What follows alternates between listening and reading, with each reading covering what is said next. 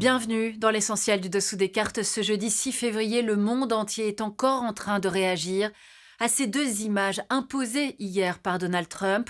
Gaza et son champ de ruines, 2/3 des habitations détruites et des dizaines de milliers de morts, dont Trump prévoit de faire la Riviera du Moyen-Orient, référence au littoral méditerranéen entre France et Italie. Voici pour rappel son propos: nous allons prendre le contrôle de la bande de Gaza et faire du bon boulot, tandis que les Palestiniens pourraient être forcés à quitter l'enclave vers la Jordanie et vers l'Égypte, ce que refusent catégoriquement ces deux pays. Par ailleurs, ce matin, le ministre israélien de la Défense, Israël Katz, a ordonné à l'armée israélienne de préparer un plan qui permettra à tout habitant de Gaza qui le souhaite de partir vers n'importe quel endroit du monde qui accepte de les accueillir. Alors nous, on a voulu, une nouvelle fois, en revenir au droit et à l'histoire. Sortons nos cartes.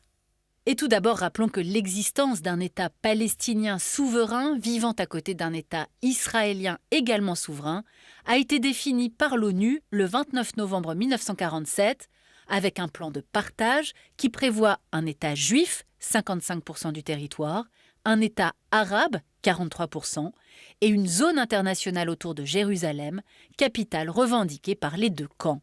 Ce plan a été refusé par les pays arabes et en mai 1948, il déclare la guerre à l'État hébreu. Il y aura d'autres guerres jusqu'à l'apaisement des relations avec l'Égypte, qui reconnaît Israël en 1979, la Jordanie en 1994, le Maroc, Bahreïn, les Émirats et le Soudan en 2020. Mais revenons en 1948. Après le plan de partage de l'ONU, quelques 750 000 Palestiniens sont chassés de leurs terres par l'armée israélienne qui détruit les villages que vous voyez ici en rouge. C'est la Nakba, la catastrophe en arabe.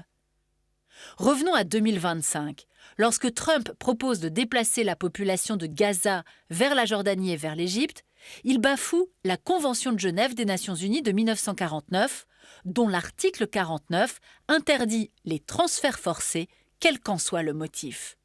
Rappelons par ailleurs que la Charte des Nations Unies, article 2, paragraphe 4, stipule que les États membres de l'ONU s'abstiennent dans leurs relations internationales de recourir à la menace ou à l'emploi de la force contre l'intégrité territoriale d'un État. Les États-Unis n'ont donc évidemment aucun droit de prendre le contrôle de la bande de Gaza, ni aucun autre État.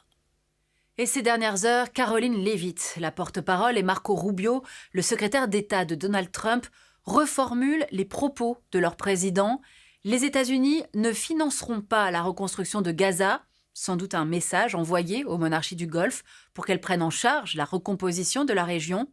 Autre déclaration, il n'y aura pas de troupes américaines au sol.